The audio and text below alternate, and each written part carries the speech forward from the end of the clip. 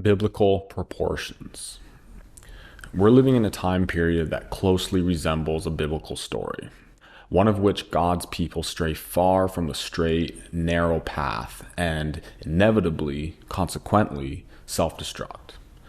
I want to briefly and later in more detail address four areas and groups of people, which is by no means exhaustive, that have infected and caused degeneration through fear in the heart of our society.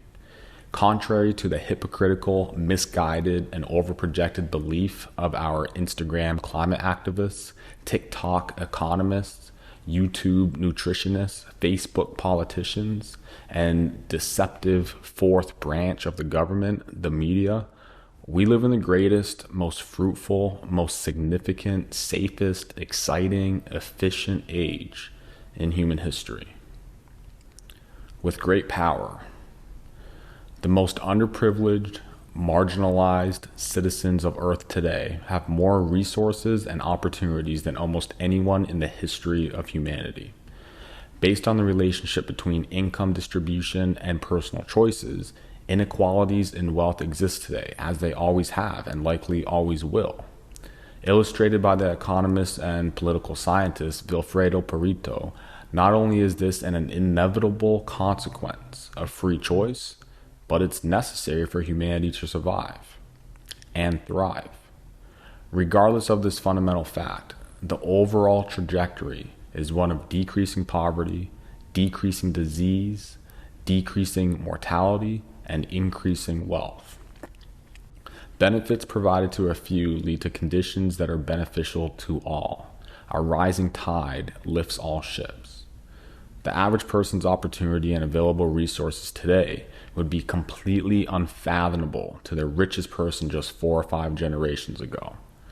Advances in technology, medicine, and communication have been so rapid and so profound that what is a basic human right today would have been considered magical then.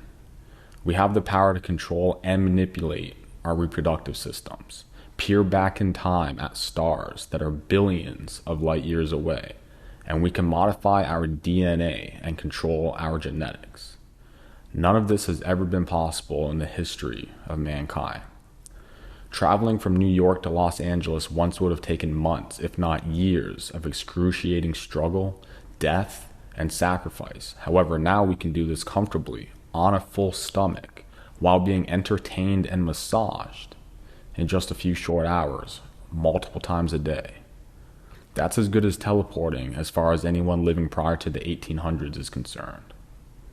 We can simply speak out loud, "Hey Siri, FaceTime my wife," and instantly have a live video conversation with our loved ones on the other side of the planet.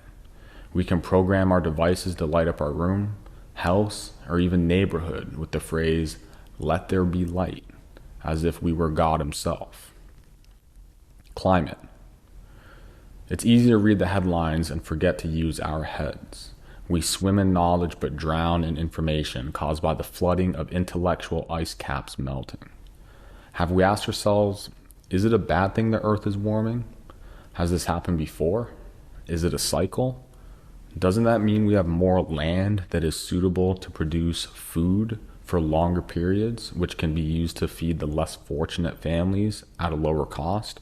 Do we blindly follow the feel-good words that many politicians looking for votes spew? Doesn't that mean that fewer people would freeze to death in the winter because they'd be warmer? Doesn't that mean that we'd use fewer fossil fuels to stay warm?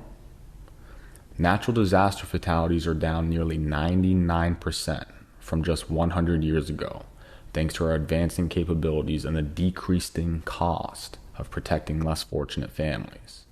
Some politicians, fueled by the media, emphasize our death tolls but turn a blind eye to how well we've managed recent natural disasters and how many lives have been saved compared to just a few decades ago. We're doing much better. Economic. There's also a growing false belief among our TikTok economists that in today's society, all wealthy people are evil. Damn the billionaires. In just the last 40 years, the average person's life has been transformed in ways that were unimaginable just a century earlier. Wealth doesn't make people evil, especially because we are all wealthy. Wealth just amplifies who one already is. If you're a bad person, money makes you worse. If you're a good person, money makes you great. We can't throw the baby out with the bathwater when it comes to judging someone based on their wealth. You should strive to have money, lots of it. The best way to help the poor is to not be one of them.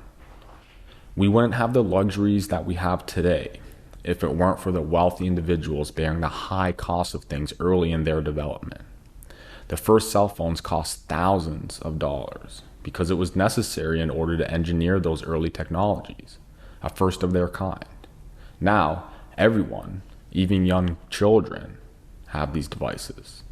The first piece of software can cost millions of dollars to engineer, but once it's created, it can be given away for free. Hence why we have dozens of free applications on our smartphones that make our life more convenient. Who else other than the wealthy should front those initial costs? The government doesn't consume like you and I. If people weren't willing to spend high amounts, we wouldn't have the opportunity to purchase items today for low amounts. The cost of our current standard of living has drastically decreased because of the quantity that has been offered and afforded by early adopters. You know, Elon Musk had a great strategy when building his electric car company, Tesla. His business plan was to charge a comparatively high amount for a low production vehicle so that he can use those funds to produce less expensive, mass-produced vehicles for everyone else. At first, Teslas were rare to see on the road, as only a select few can afford them. Now, Tesla sells more electric vehicles than every other manufacturer in the United States combined. The wealthy minority paves the way for the majority. More people have been pulled out of poverty in the last 20 years than in all of human history combined. So what's your definition of wealthy? Is it someone that simply makes more money than you? If you work in the United States, you're likely to make at least $40,000 a year. Did you know that in terms of wealth, this would put you in the top 1% of the world? Does that mean that we are the 1%? Or is wealth only defined as someone that makes more than you? The average American today has more resources than kings of the past. We now can speak to our cars and be autonomously driven to a smart home that made sure the temperature is perfect and dinner is warm, have lights automatically turn on, and doors that lock after the sun goes down. This is something that is taken for granted more than we could ever imagine. We fail to realize that the majority of human history, over 99%, when the sun went down, so did our lives. No light meant no reading, writing, producing. Only recently has candlelight been available, and that was only if it could be afforded. Overpopulation. Overpopulation is not a threat to the progress and flourishing of mankind. It's the contrary, underpopulation. The average person will produce 7 times more than they consume in their lifetime.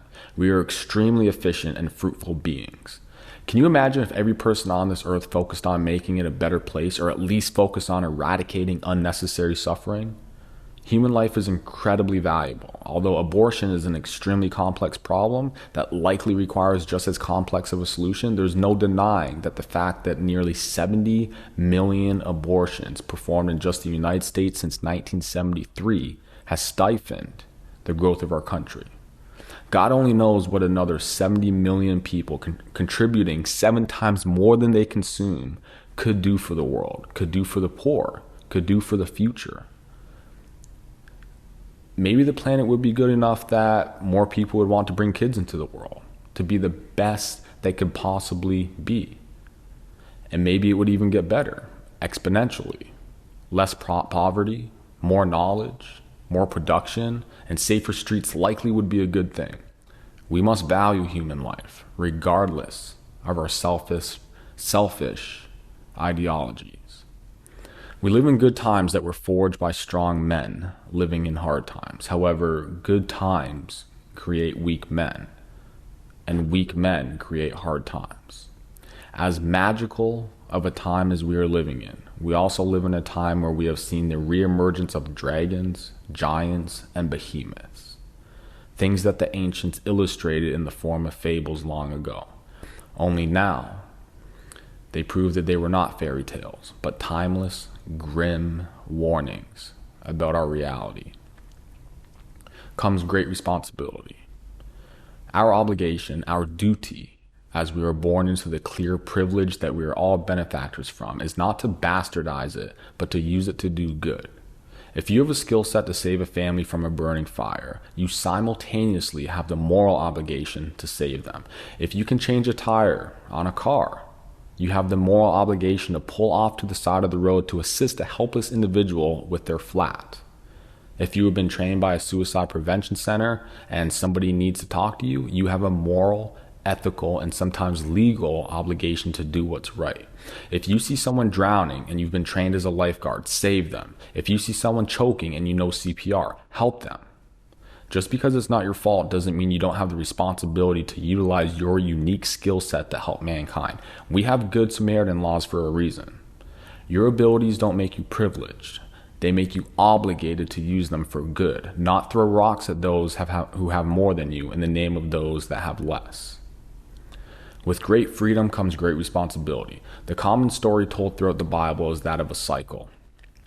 Society becomes content with the blessings they received.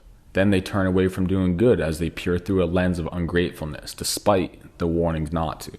They fall into a pit of condemnation or exile. Then finally, sometimes hundreds of years of struggle later, break into freedom, which is not necessarily paradise, but more of the freedom to choose, just to do it all over again.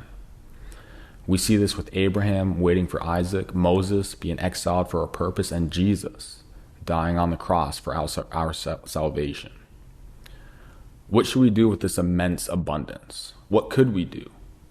Cherish it and not take it for granted. How about an example of what was done in the past? Better yet, thousands of years of experience from the greatest minds that have ever walked the planet, summarized into a single message.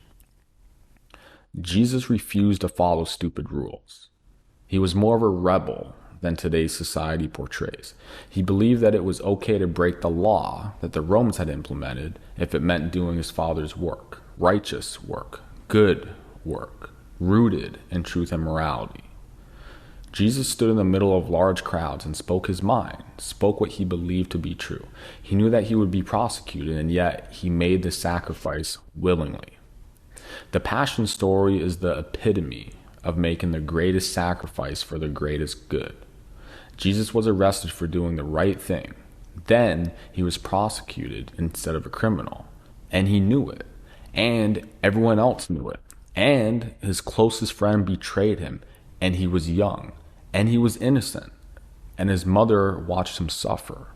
And he was nailed to and killed on the very cross that he willingly carried. Why? So that his word would be the salvation for humanity. Tell the truth, no matter what.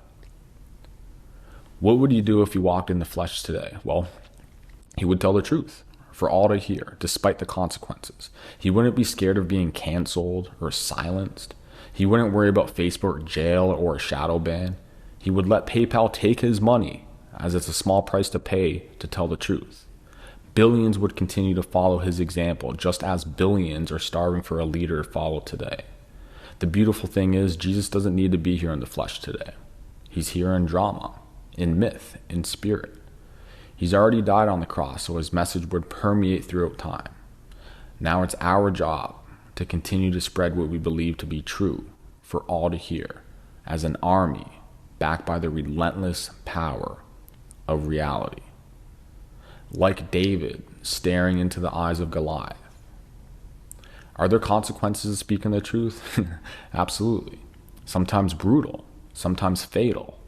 But if God is for us, who can be against us? But don't be so naive to think that there aren't consequences for not telling the truth, because there are. And if you have something to say, silence is a lie in itself. And that's a path that explicitly is directed towards hell, however you would like to define that. You can change the direction and break this cycle. It starts with you. Be the change you wish to see in the world. You can change your life, and you can change the world by changing your mindset. It all starts with a single thought. So use your words and speak truthfully. Think while you still can.